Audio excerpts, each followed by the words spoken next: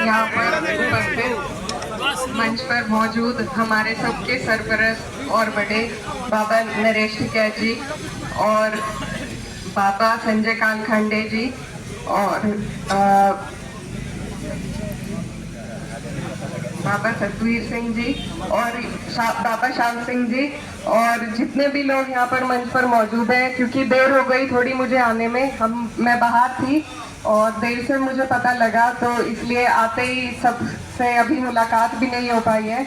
लेकिन कई दिनों से ये धरना यहाँ पर चल रहा है और इस सरकार में न जाने कितने धरने आप और हम दे चुके हैं। हर बार यही समस्या रहती है कि हमारा भुगतान नहीं हो पाता है।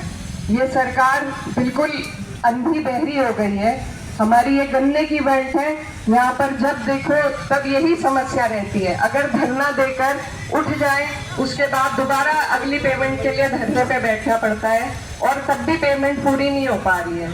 तो ये ऐसी सरकार जो आपकी हमारी सुनवाई नहीं कर रही, सिर्फ आपका जो हमारी खेती का काम ऐसा है जिसमें सरकार पहले हमसे हमारी फसल ले लेती है और फिर हम उनके सहारे हो जाते हैं कि जब भी वो पेमेंट दे तो उनकी तरफ हमें देखना पड़ता है।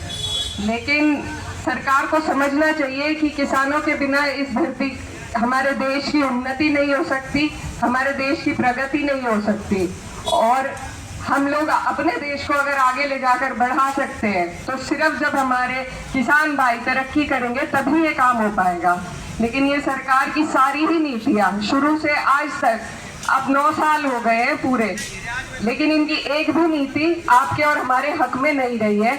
ये सिर्फ कुछ पूंजीपतियों की सरकार है जिनके फायदे के लिए ये काम करती है। आप और हम इनसे परेशान है, जूझते आ रहे हैं, हमारी कमर तोड़ रखी है। और आप लोगों की जो हिम्मत है उसको मैं सलाम करती हूँ कि कैसे हर बार हर महीने हमें यहाँ धरने देने पड़ते हैं, कभी ऊन में, कभी शामली में, कभी थाना भवन में। और इस तरीके की नाइंसाफी जो हो रही है वो अब टाइम आने वाला है, आगे का टाइम आने वाला है जिसमें हम उसका जवाब दे सकते हैं।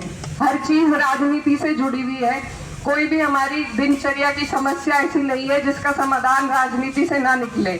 तो हमें सबसे पहले मैं धन्यवाद देना चाहती हूँ यूनियन को और यहाँ पर मौजूद सभी लोगों को।